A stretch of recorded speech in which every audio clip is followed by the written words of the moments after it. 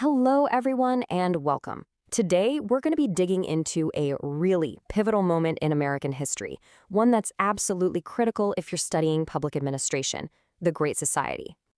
That's right. So for everyone in PP 5340, think of this as our virtual study group session for Chapter 5.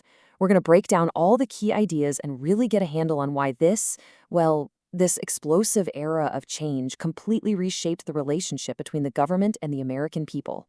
You know, our textbook author, Richard Box, gives us this fantastic metaphor to kick things off. He calls the Great Society a thin middle layer in a thick historical sandwich. It's such a great way to picture it, right? The bottom slice of bread, that's the stable post-World War II era. The top slice, that's the more conservative period from the late 70s onward. But that filling in the middle, that's our focus. It was a really brief, really intense, and totally transformative period from about 1964 to 1969. So here's our game plan for digging into this chapter. First, we're going to look at the post-war paradox, all the problems that were bubbling just under the surface of that 1950s prosperity. Then we'll get into the legislative revolution, this incredible burst of policy solutions. After that, we'll look at the impact, how the nation was transformed. And finally, we'll connect it all back to why this stuff is so important for us today. All right, let's set the stage. Part 1, America's post-war paradox. You know, on the surface, everything looked amazing, but just underneath, there were some really deep problems that were about to boil over. To really get why the post-war era was so prosperous, you have to appreciate the sheer scale of the war effort. I mean, the U.S. produced nearly 300,000 aircraft. This wasn't just about winning a war. It was about building an economic juggernaut. And that incredible industrial machine, it didn't just vanish in 1945. It changed gears and laid the groundwork for a massive economic boom. And that boom had a very specific look and feel, the suburbs. Just get a load of this number.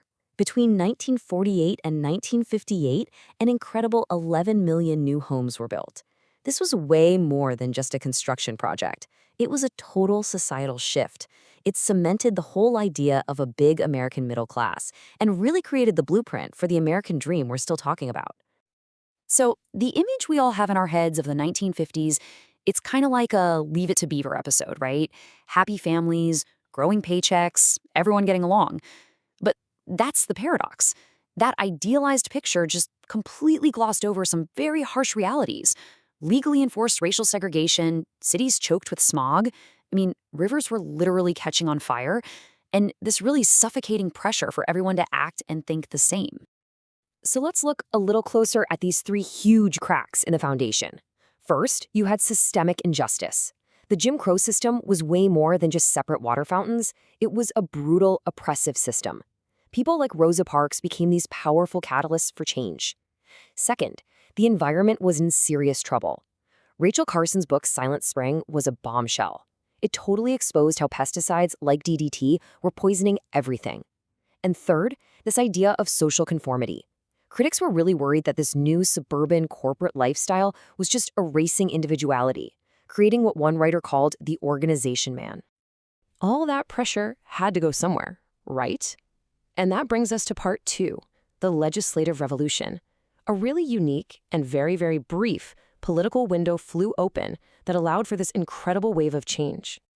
The tragic assassination of President Kennedy in 1963 brought his vice president, Lyndon B. Johnson, LBJ, into the Oval Office.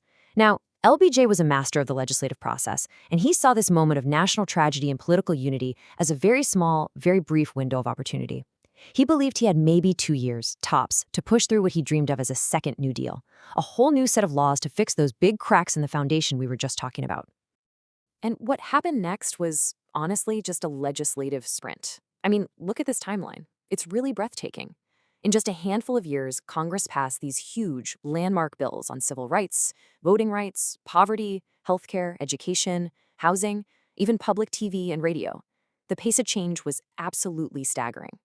Okay, this slide right here, this is perfect for your notes. It breaks down the main pillars of the Great Society. You've got the Civil Rights and Voting Rights Acts, which were designed to finally dismantle Jim Crow.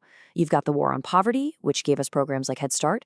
You have the creation of Medicare for the elderly and Medicaid for low-income families. And then you have these foundational environmental laws and the start of things we know today, like PBS and NPR.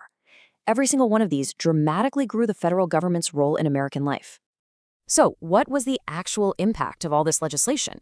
Let's move on to part 3 and see how this revolution changed not just the laws, but the whole idea of what public service is all about. So, for us as public policy students, this is a really key concept: new public administration. Because of all the chaos and change of the 60s, a bunch of scholars started to say, hey, it's not enough for public administrators to just be neutral, efficient managers.